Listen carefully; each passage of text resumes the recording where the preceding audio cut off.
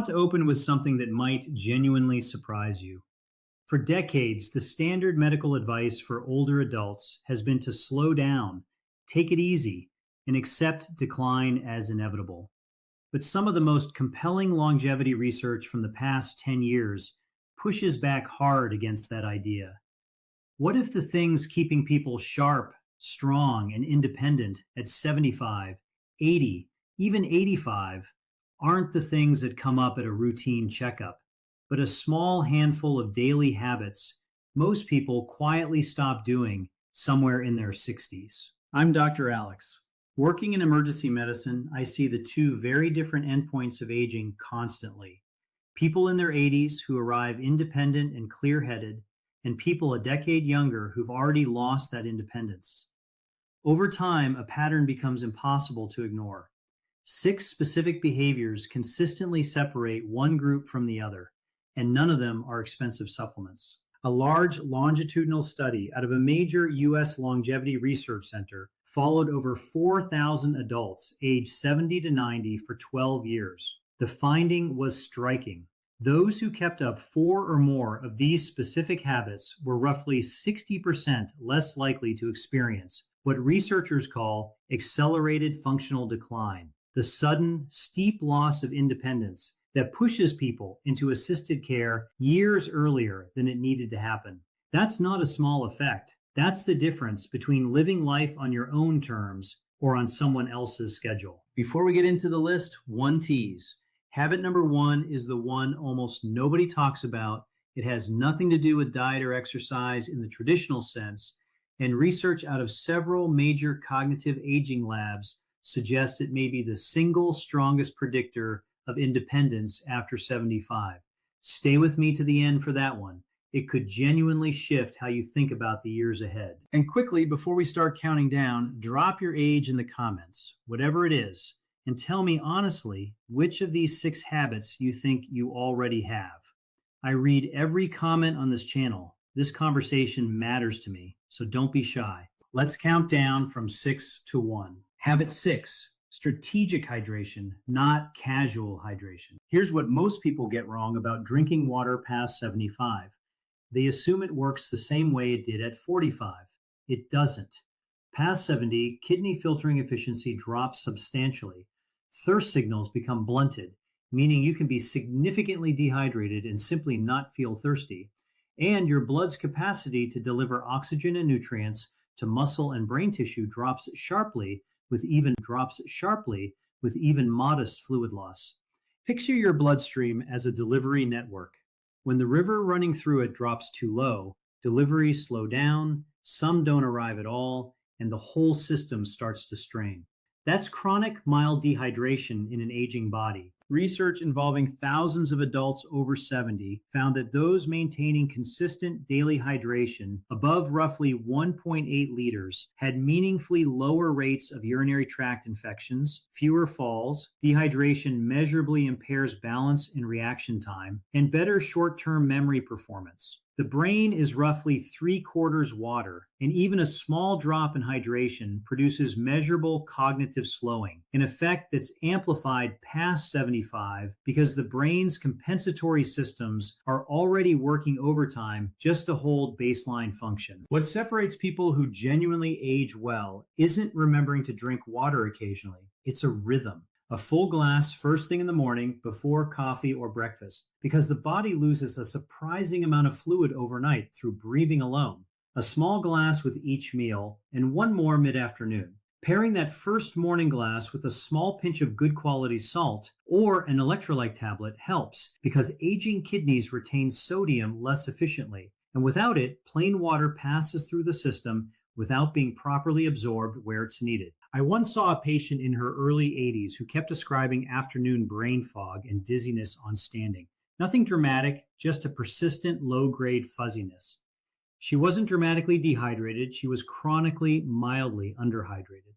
One change, timed hydration with a small electrolyte addition in the morning, and within 6 weeks, she described it as someone cleaning the windows of her mind. Her balance improved, her afternoon fatigue dropped. One habit, a real difference. Habit 5, resistance movement. at least twice a week. I want to be clear about what this isn't. It's not a gym membership or heavy lifting. It's any movement asking your muscles to work against resistance. A resistance band, a light dumbbell, wall push-ups, even carrying groceries with intention. The distinction matters because of something called anabolic resistance, the reduced ability of aging muscle to respond to protein and exercise signals.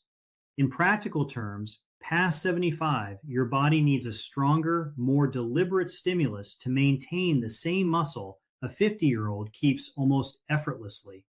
Your muscles aren't lazy, they're simply harder to reach.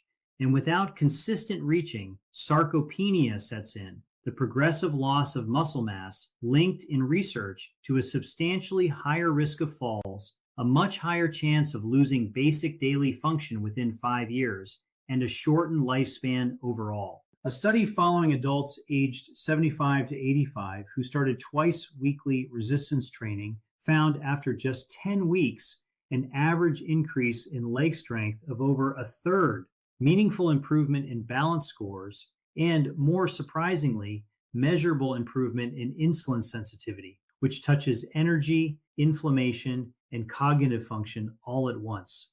The mitochondria inside muscle cells, essentially your body's power plants, regenerate more efficiently with resistance work.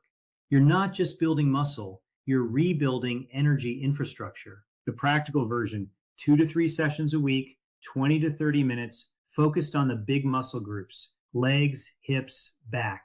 Resistance bands work particularly well for older joints because they load progressively without impact. And timing helps. Doing your session within half an hour of 25 to 30 grams of protein, because past 75, the window where muscle can efficiently use that protein for repair is shorter and less forgiving than it was at 40.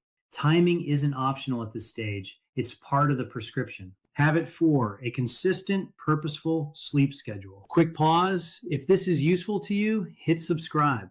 And if there's someone in your life between 70 and 90 who'd benefit from hearing this, send it their way. This channel exists to cover exactly the things a 10-minute appointment never has time for. Sleep past 75 is more complicated than simply going to bed early.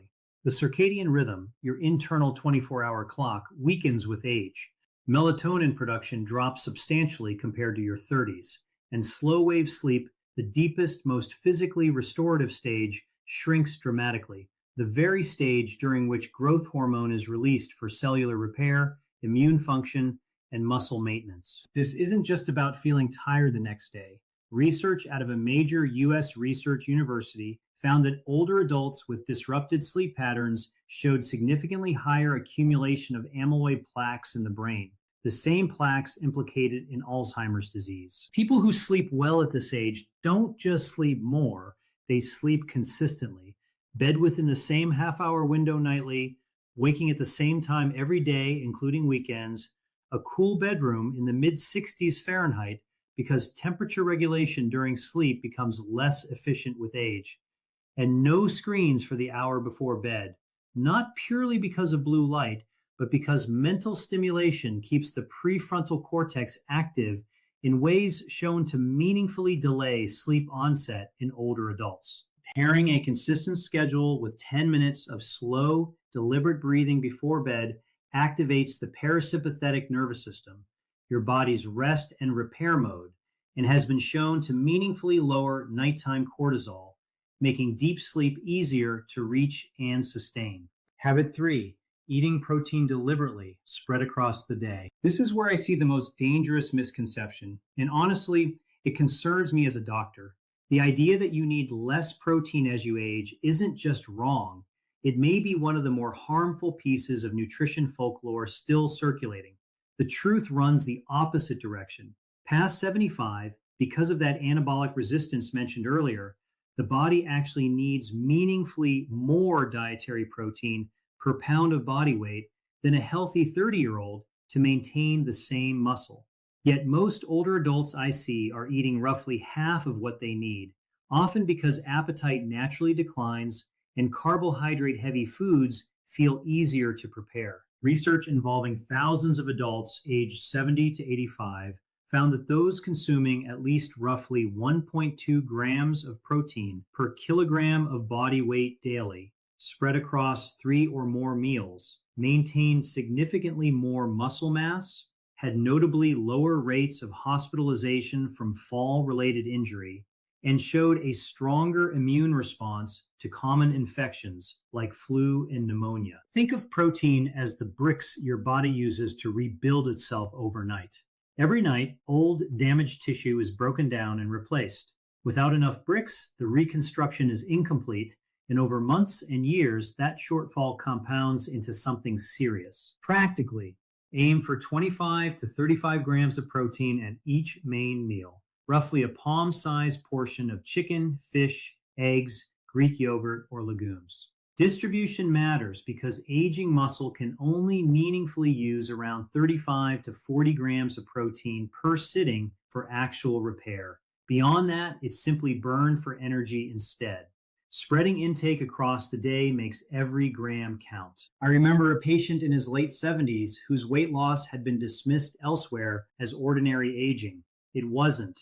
He was losing muscle, not fat, and his grip strength, a strong predictor of longevity in older adults, had dropped to the lowest end of the range for his age. We restructured his meals around deliberate protein timing. 12 weeks later, he'd regained real lean mass. His grip strength had climbed back into a healthy range, and he told me with real pride that he carried his own groceries in from the car for the first time in 2 years. Pairing protein-rich meals with a small amount of vitamin C, an orange, some bell pepper, a splash of lemon, helps too, since vitamin C supports collagen synthesis, which works alongside dietary protein to maintain not just muscle, but joint cartilage, connective tissue, and skin integrity. Habit 2, daily intentional social engagement. I mentioned one of the top 2 would surprise you.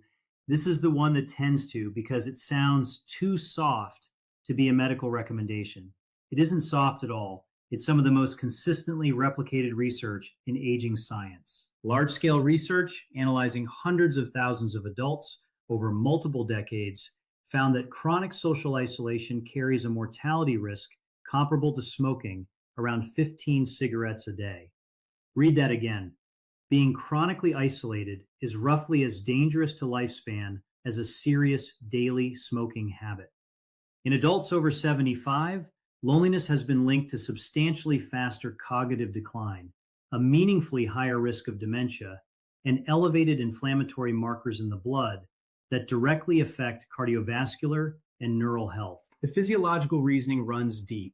Genuinely engaged social contact, not passive time in the same room as someone, actual back and forth conversation, shared laughter, disagreement, triggers oxytocin release, which suppresses cortisol, lowers inflammation, and keeps the prefrontal cortex active in ways that maintain dense, functioning neural pathways. Think of your social brain like a muscle. The same neurons firing during real conversation are the ones maintaining memory, decision-making, and sense of self. Left quiet for too long, they begin to prune, and past 75, neuroplasticity has already slowed, making it harder to rebuild pathways once lost. The prescription is simple, but has to be intentional. At least one meaningful in-person interaction a day, a genuinely engaged phone call counts, a community group, a faith gathering, a regular walk, or lunch with someone. Passive presence, watching television next to someone, doesn't count neurologically. It has to be active, responding, laughing, disagreeing, sharing. I once treated a woman in her early 80s who'd lost her husband after more than 5 decades together and withdrew almost entirely from social life. Within a year, her cognitive scores had dropped measurably on standard testing. We didn't change any medication. We built her a social schedule instead, a weekly book club, a daily rotating phone call with friends and family, twice weekly volunteering at her local library. 8 months later, her cognitive scores were back near her inflammatory markers had dropped, and her daughter told me she seemed like herself again. Social engagement past 75 isn't a nice to have, it's a biological necessity. Where possible, combine it with movement, a walk with a friend, a gentle group exercise class, gardening alongside a neighbor. Research suggests combining social contact with even light physical activity produces a stronger effect on brain derived neurotrophic factor, essentially fertilizer for brain cells, than either behavior delivers alone. Habit 1: Daily, purposeful cognitive challenge. And now, the habit fewer than roughly 1 in 8 adults over 75 keep up consistently, described by researchers as one of the most underused longevity interventions available without a prescription. Not crossword puzzles, not passive reading, though both have some value. I mean something more demanding, genuinely learning something new, a skill, a language, an instrument, a new creative practice that pushes the brain into productive discomfort. Here's why it sits at number 1. Past 75, the brain increasingly favors established neural pathways, becoming very efficient at familiar tasks and reluctant to build new ones. That's not a flaw, it's the brain conserving energy. But that same preference for the familiar is exactly what depletes cognitive reserve, the brain's resilience buffer, its capacity to absorb age-related structural change while still functioning well. Think of it as the RAM in a computer. The more reserve you have, the more damage the brain can absorb before symptoms of decline show up. A long-running cohort study following over 1,000 adults from their 70s into their late 80s found that those engaging in genuinely novel, challenging cognitive activity for at least 30 minutes a day showed markedly slower brain atrophy on imaging, better maintained processing speed and memory, and a substantially lower likelihood of a dementia diagnosis over the following decade. A separate major memory and aging study found that older adults who described their daily lives as intellectually engaging performed on cognitive testing like people roughly a decade younger. The mechanism is neuroplasticity, the brain's ongoing ability to form new connections. It slows with age, but never fully disappears. It just needs sufficient stimulus, and genuine novel learning is exactly that stimulus. Learning a new language, for instance, activates multiple distinct brain regions simultaneously